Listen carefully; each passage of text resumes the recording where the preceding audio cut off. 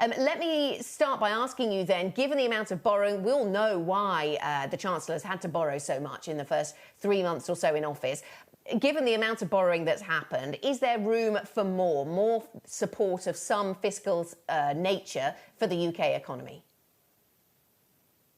Yes, I think what the Chancellor is banking on is the fact that interest rates are now obviously at a record low, and therefore the government is able to borrow more comfortably. And as we know, the government has not had a difficulty in selling its debt, and the Bank of England has made very clear that it stands behind. And I think the Chancellor's been completely right to say that he'll do whatever it takes to keep as many people in jobs and businesses going as we get through this pandemic virus. Would it concern you to see UK debt to GDP at 100%? I mean, yes, in the sense of obviously as a Conservative, but also having worked and been part of the governing party, working so hard after the last 10 years to bring down the debt to GDP ratio. However, this is an extraordinary situation, and I think the Chancellor and the government have made the right decisions, which is to borrow what is needed to get people through. We already know that our economy, along with many other economies, is going to take a hit.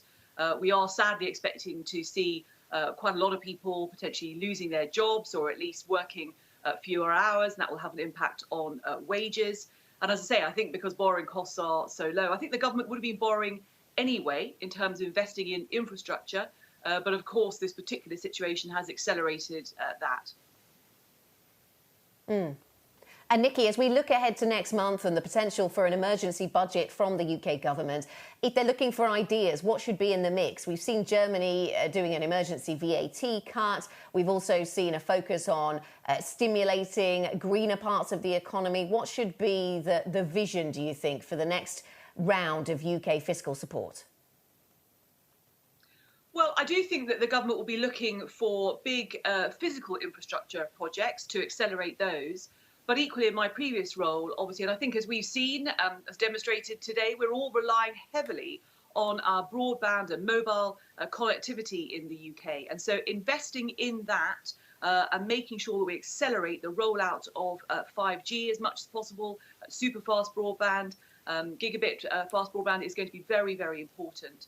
And the other thing I think is investing in skills. We know that there are going to be some businesses and perhaps some sectors that are going to find it very hard to get up and running, whereas we know the UK has got leading capability in areas like digital and technology, but life sciences as well, for example.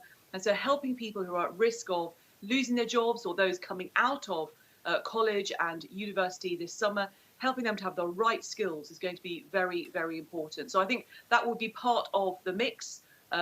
Plus, I suspect there'll be specific support for sectors that are going to find it longer to come out of lockdown because of social distancing rules, particularly the cultural sector, which is attracting a lot of attention in Westminster.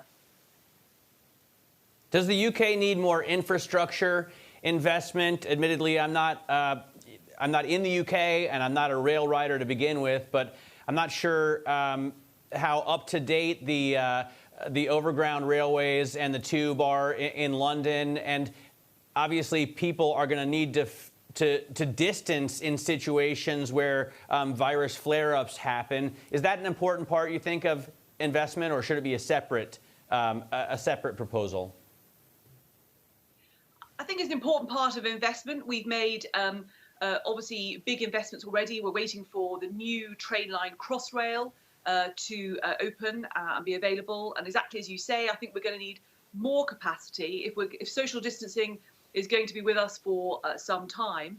And the other big project that has its supporters and its detractors is High Speed 2. But the government's made a commitment to that. And so I think making sure that that happens and that is accelerated as much as possible is going to be important. But of course, I think one of the things we just don't know is what's going to happen in terms of the way people work, where they're going to work from, what that's going to mean, obviously, in terms of transport.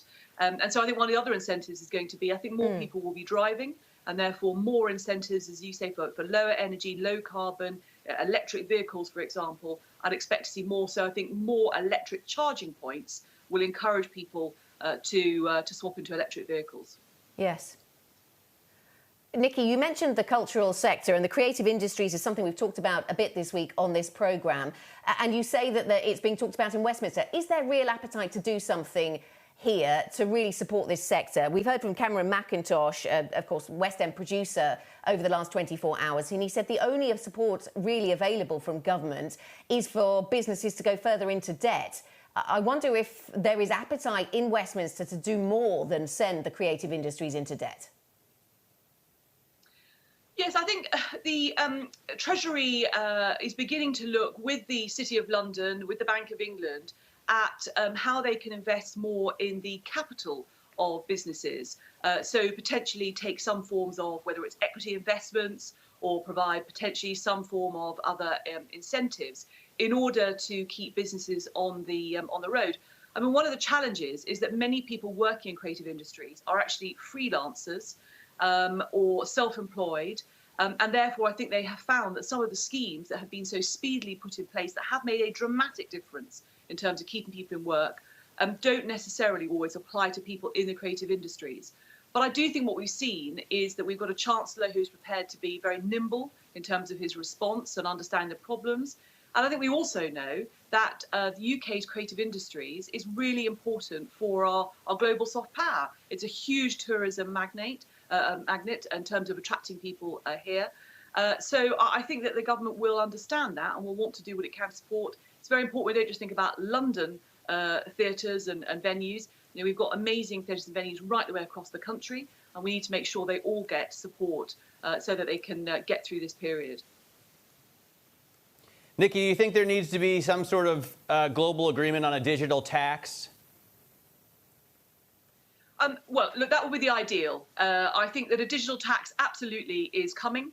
And I think that the UK government has been right to say that we will press ahead with that, but it would be better to do it on a global scale. It's much more likely to work and to catch those that are meant to be caught by it if it's done on a global basis. And I think the news that the US have pulled out or said that that's not going to work at the moment is a matter for great regret. I hope that the parties will be able to get back around the table to discuss this. But I do think it's right that countries should push on if it's not possible to agree at the moment on a global scale.